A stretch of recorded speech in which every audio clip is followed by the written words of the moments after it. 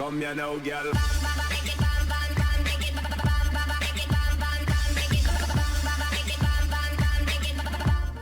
Hello and welcome to the Map of the Year series 2020 with me, BonBonB. I'm BonBonB, you're very, very welcome.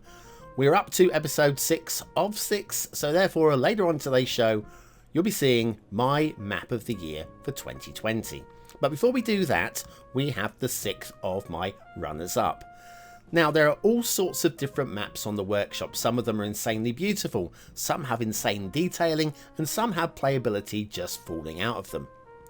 And then there are other maps. Some of them are just artistic maps, and some of them are technical wonders. This map has made my final 12 because it is a technical marvel, and I just so appreciate it. If you've ever built a map, you'll know how much time goes into actually constructing. This particular map, it looks simple, it looks basic, and yet it has so much just hidden within. Today's first map is Pondocalypse now by Falamax, as first reviewed in What's Map 1078. It's a very vanilla looking map. That's because it is very vanilla. We're using the Vanilla Boreal theme. There is no DLC. We're using the realistic 1.2 LUT today, although strictly speaking you should be using a vanilla LUT.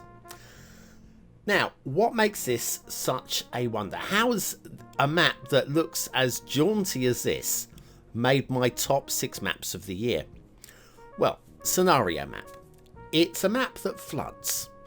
It takes its time filling up this great old reservoir of water at the top. You can see we've just started the game engine. There's only a little bit of water in there at the moment. And that will fill up, and then it will flood out down both sides of the banks there, and then down those side ravines as well. And it will start filling up the map as a whole. Now this will take quite some time. Now you'll start building your city down by that roundabout on the left hand side there, and that roundabout will flood. So you need to start building on a higher area.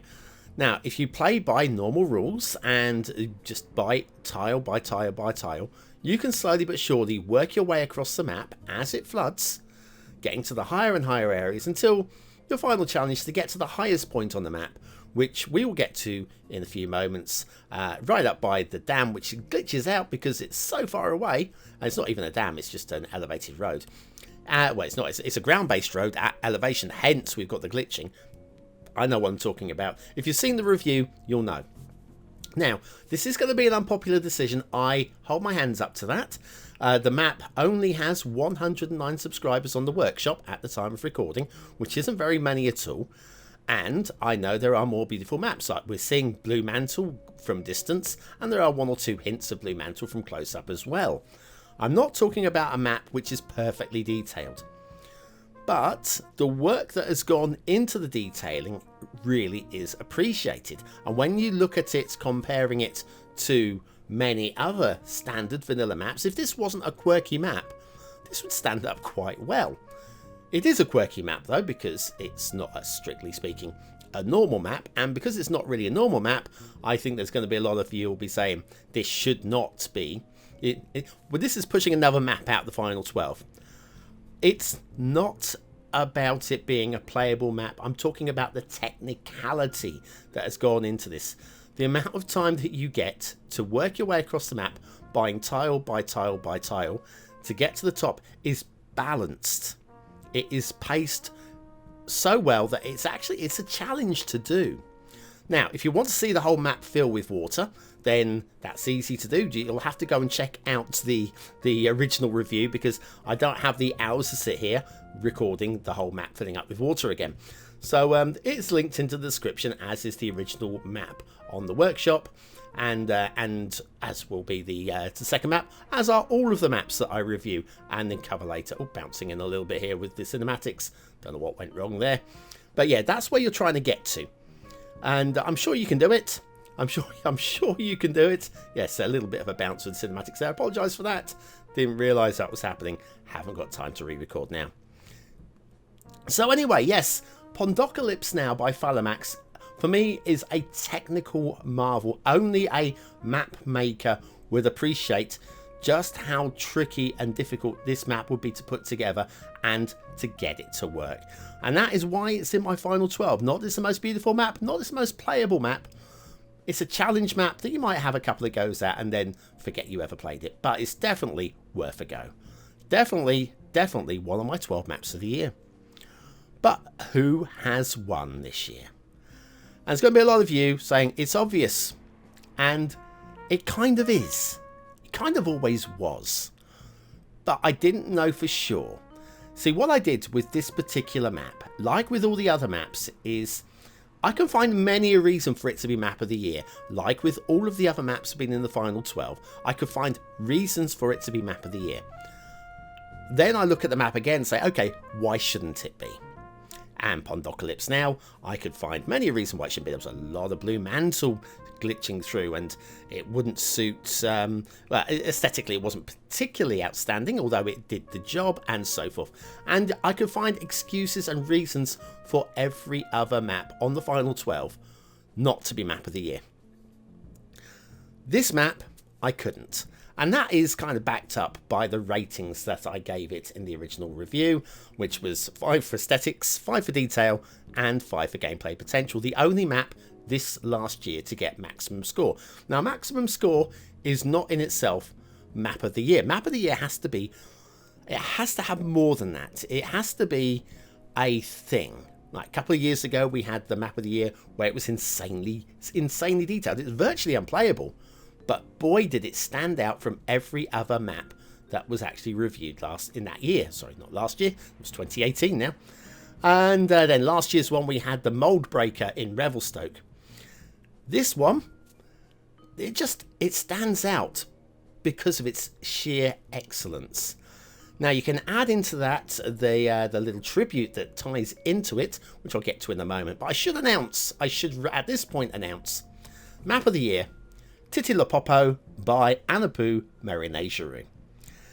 Now, a couple of things that make this map stand out. First of all, the tribute. So the tribute is to Ikanya. Now, Ikanya passed away earlier on in 2020. Ikanya did produce for us many excellent maps. And I've got to say that this one, as a tribute to Ikanya, was superb. Absolutely superb. If you didn't know this was an Anoupou map, you would guess it was an Ikanya map. That is how good it is. It looks like an Ikanya map. It's laid out and themed and structured like an Ikanya map, with a couple of little twists here and there, which say Anoupou was here, and it's just there. It's superb.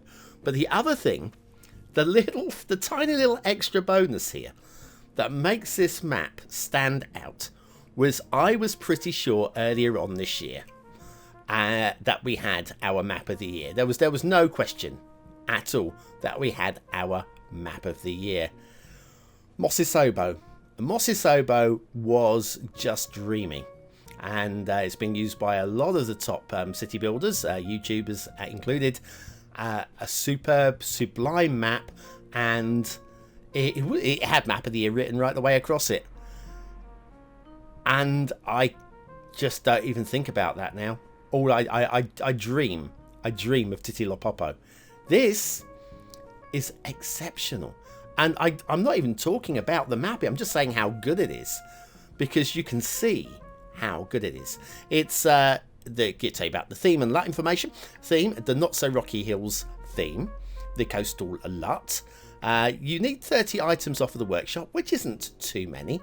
If you're into the workshop and you've got a moderate PC, you should be okay with that. And you do need mass transit for this particular version.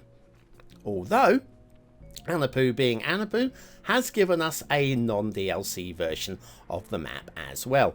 So if you don't have mass transit, you can head over and find that. Now, the subscriber count at the time of recording, this particular version, the full bells and whistles version, bells and whistles version even, 3,500 subscribers, and the non-DLC version 1,500. So we're looking at about 5,000 subscribers across the workshop, across the two varieties. So it's well received, I would say. I think we can all agree. 5,000's a pretty solid score, isn't it? I was very happy when I got to 1,000. And well, dream of 5,000s.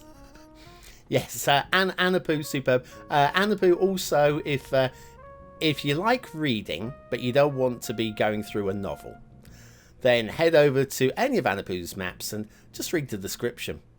So eloquent, so beautifully written, and so fantastical is the way we'll go with this one.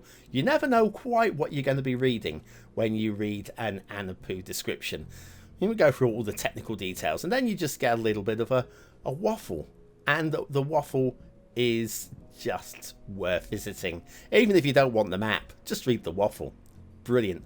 I guess blurb is a better word than waffle. Just read the blurb. Brilliant. Anyway, yeah, Titilopoppo. Yes, it's the nod to Icania. It's the fact that it just knocks Mosisobo out of the water for me. It just takes Mosisobo and goes up a level. Not just because we have mountains, of course. And we've got just great... The river systems look like Icania. The forests look like Icania. Based, I do remember reading, based on Doulos Morph, which was an Icania map. Get my teeth in here. Yeah. I don't know what more to say. Now, the only reason why you wouldn't want to play this one is because you don't want to play a fantasy style map, and that's a perfectly good reason. Reasons why I shouldn't have it as map of the year, I can't find, other than you might not want to play a fantasy map. That's the only reason. But then the reason why you should have it as map of the year is because you might want to play a fantasy map. In itself, that is not a reason to knock it on the head. The levels of detailing, the design, everywhere you turn the camera. Here's the big one. Everywhere you turn the camera, you've got a potential screenshot. Beautiful, absolutely beautiful, great design. We've even got ourselves some waterfalls. Not the world's most thrilling, biggest waterfalls, but quality waterfalls, and again, perfect for screenshots. And if you like building pretty cities, this is the way you... Speaking of cities, you could do a mammoth city on this one. You can do lots of small town builds on this one. So many ways to play it and to attack it. And if Anoupou never made another map, they could just quite easily sit back and go, do you know what?